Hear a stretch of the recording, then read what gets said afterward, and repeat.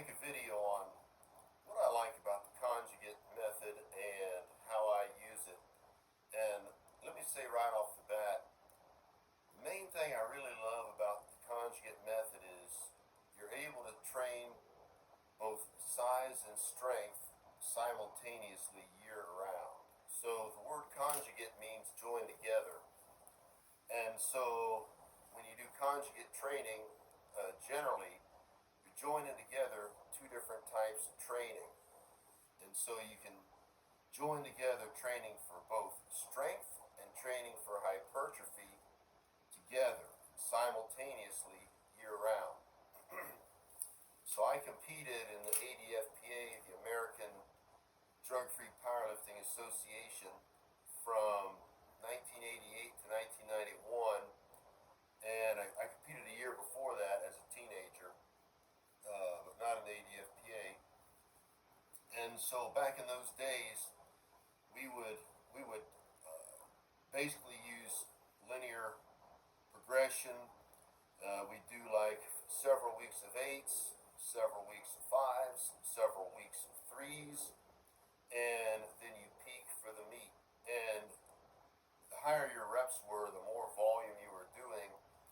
And as the meet got closer and closer and your reps got lower and lower and the weight got heavier and heavier, you would taper off your volume and taper off your accessory movements or assistance movements.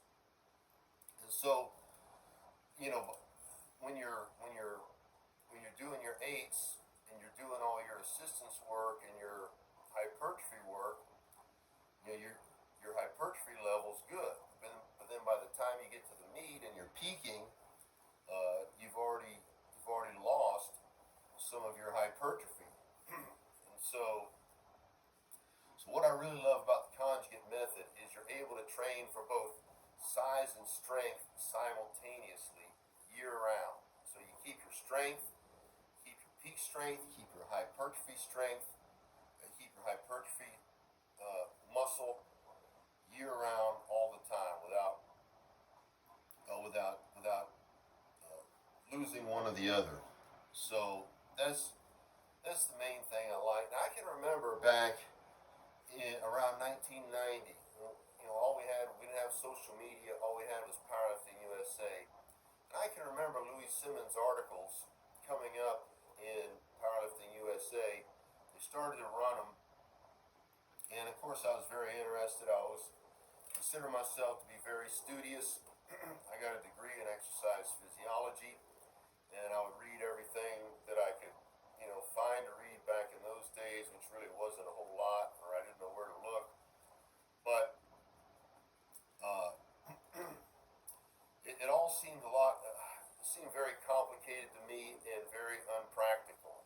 I couldn't really understand or put it into application the things that I was reading.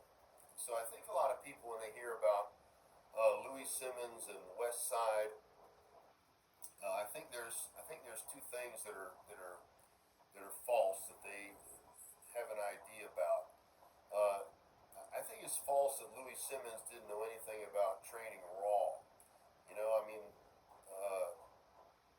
I heard a lot of things about Louis Simmons and West Side, but I don't ever like to go by that. I like to investigate for myself. So I started listening to Louis for myself, and I'm not saying I'm an expert on it, although I do have your West Side Book of Methods.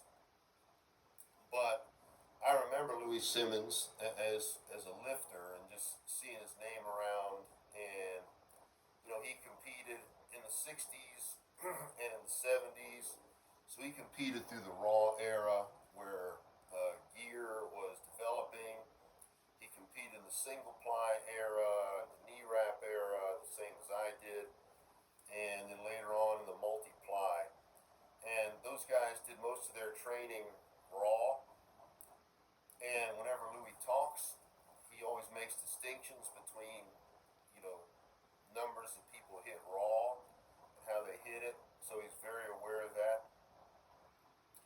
And so to say that Louis doesn't really know anything about raw training, I think that's totally false. And to say you can't apply it to raw lifters, I think that's totally false also. But the other thing I think that's a misunderstanding, Louis himself would say to do West Side, you have to be at West Side. So to do West Side Conjugate, you have to be a part of West Side. So I'm not talking about West Side Conjugate. I'm just talking about Conjugate and modifying it to, raw lifters or regular lifters or, people like me that don't even want to compete because I want to do strength work. Okay, so what, to improve strength, to maintain strength, and I believe to improve strength, even if you're a young guy and even if you're competitive. I don't believe you need to do like all these sets and sets and sets and sets of strength work. I believe you need to do like you can do one set, one strength set per week on a variation, like a variation of the squat.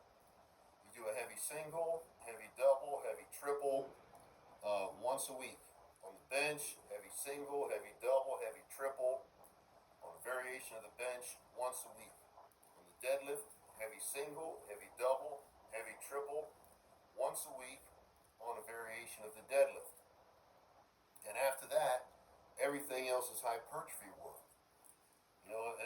As an older lifter, I don't like to use that word old, okay, but as a more mature lifter, as a lifter who's got more decades under their belt, you hear a lot about how we shouldn't lift heavy. Lifting heavy is dangerous. It's bad for your joints. This and that. And well, I think anybody should incorporate strength training. I like to call it strength training. You do some strength work. Now you don't have to grind. I don't. Even if you're young, even if you're healthy, I'm not really for doing grinders all the time.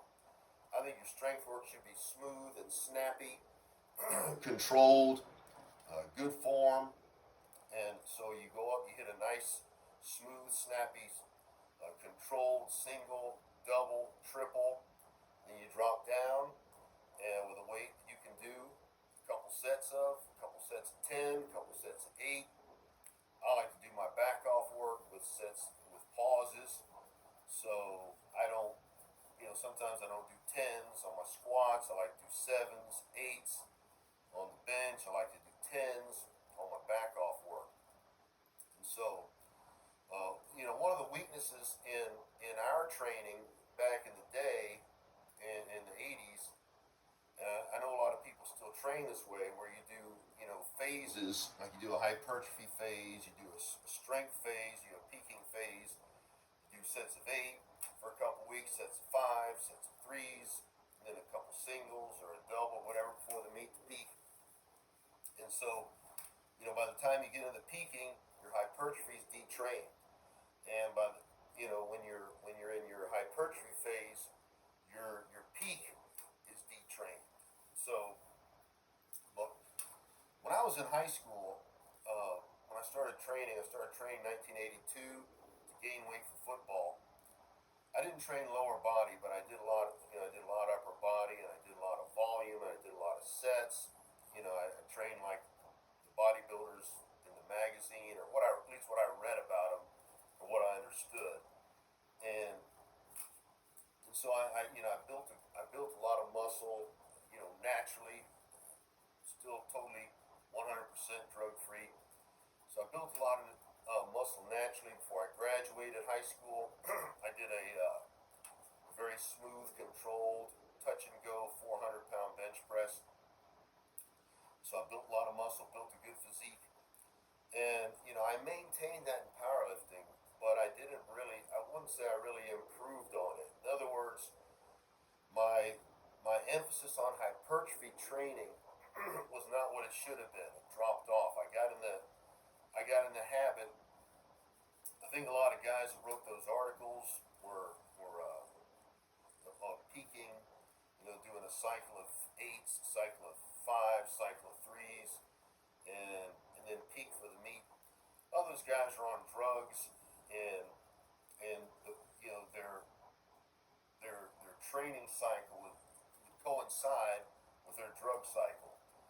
And so you do that a couple times a year, and you're doing the same movement, the same competition style movement, and you try to improve it. I guess it can work good if you're on drugs or whatever, but if you're just natural, after a while, it gets stale. So another thing I really love about the conjugate method is I love the rotating variations. Now, I've mainly used conjugate with my squats. I could use it in anything, but I've used it more sparingly in the other lifts. But the main thing I've used it with, that I've experienced with, is in the squats. Now, you hear about West Side and Louis Simmons stuff, conjugate. A lot of people think about bands and chains, and you don't need bands and chains to do conjugate type of training. What I like to do is I like to alter or rotate my feet stance, close stance, wide stance, my grip width, close grip, wide grip, medium grip, rotate the angles of the bench, incline bench, low incline, flat bench, high incline, and you can rotate bars like squat. I'll do 1 week wide squat, 1 week narrow squat, and with the Yukon bar. Then the next week I'll rotate with the safety squat bar, 1 week wide, 1 week narrow. Then I'll use the cambered squat bar and rotate 1 week wide, 1 week narrow. And then I'll rotate the straight bar, 1 week wide, 1 week narrow. With the bench press, 1 week flat, 1 week 1 week low incline, next week higher incline with the straight bar. Then I'll take another bar, Swiss bar, 1 week flat, 1 week 1 week low incline, 1 week high incline with the Swiss bar. And then the next week I'll take a different bar and rotate through that again. And I use the same bar, same variation for my strength work that I do with my accessory work. So, once you get to a certain level, if you're not beginning level, intermediate level, especially using the same variation, the same competition style, and I'm not even into, I'm not against it, but personally, I'm not even into competing right now or thinking about competition lifts. But let's just say the variation, the grip, the foot width, the form that you are the strongest with. Okay. Well, if you use that all the time, you're gonna plateau very quickly. And so, and there's areas you can work on that'll help you move that plateau up. It might be a lot more gradual.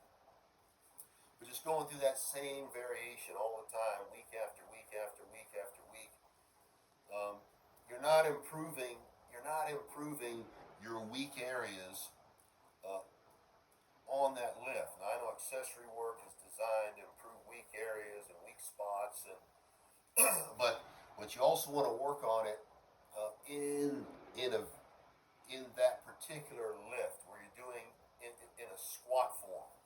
Okay, not a separate exercise to work on that weak area. So one thing I love about the conjugate method is rotating variations. Okay, so you get a fresh stimulus, you get a novel stimulus, keeps it from going stale. And somebody asked me, well, how do you track your progress? Well, you keep a record of it. What did I do? What did I do 8 weeks ago with a wide grip flat bench with a Yukon bar? You look at what you did. Look at what you did on your strength work.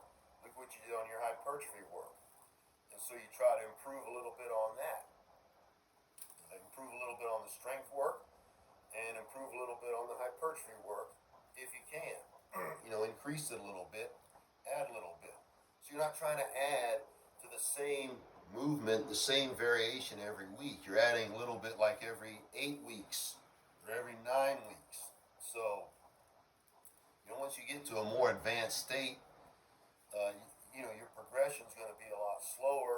It's a lot more frustrating, and it's demoralizing to hit the same exact numbers every single week. So, and I think it makes you stale and doesn't help you improve in your weak areas when you're hitting it on the same exact variation week after week after week after week. So you can hit you know you you can hit PRs more often regularly, which keeps you motivated. You get a novel stimulus. It helps you work on your weak areas of the lift because every variation. You got the stress in a little bit different area. It works in a little bit differently. And that helps keep your joints fresh. Keeps you from getting overuse injuries, and it keeps you motivated. So I wish the best to everyone in your training. Thank you for listening.